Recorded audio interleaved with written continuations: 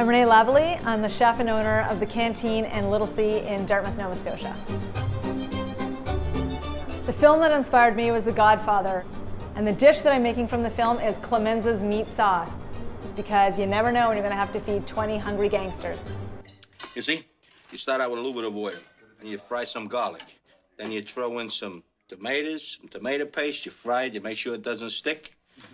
You got it to a boil, you shove in all your sausage and your meatballs. Huh? And a little bit of wine. And a little bit of sugar. And that's my trick. Why don't you cut the crap? I got more important things for you to do. How's Paulie? Oh, Paulie, won't see him no more.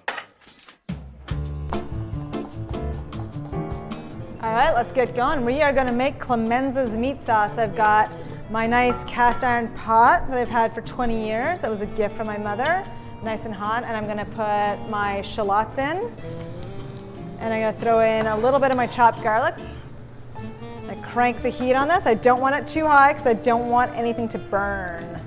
God forbid. What would they do to me in The Godfather if I burnt anything in the tomato sauce? While this is sauteing away, I'm going to throw in, I'm going to chop up some prosciutto that I have, just for a little bit of smokiness and saltiness. I mean, I know it's not in the original recipe for The Godfather, but I wasn't there in the original movie, so if they want to remake it with this recipe, I'd be more than happy.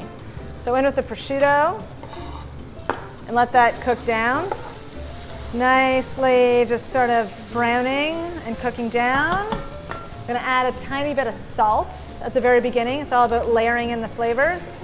And then I also like to put in a few bay leaves at the very beginning. They can just sort of saute with my shallots and my garlic and take in all that beautiful flavor. A little wine for the sauce. A little wine for me. And a little bit more for the sauce. And then all the rest for me. And that's how you should cook. Just want to cook off the alcohol. And I'm going to get my food mill. Makes me feel very Italian. And I've got these beautiful San Marzano tomatoes. There's just something about San Marzano tomatoes that make me happy. Though Clemenza did not do this with his tomatoes, he probably should have. All right, tomatoes in, wine in.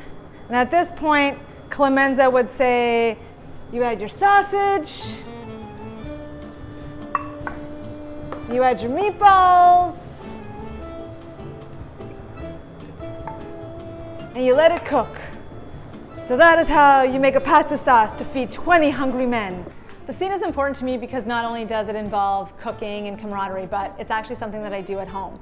It's something really bizarre that, like, sometimes late at night when I come home from work, especially before I was married with kids, I would put on The Godfather, I'd pour myself a glass of wine, and then I'd sort of pause the movie as we came to Clemenza's scene. I'd make myself a bowl of pasta, and I would sit with my wine and my bread and my pasta, and I just felt like I was part of the movie. So there's just something about that scene that's always it's always been there in my life.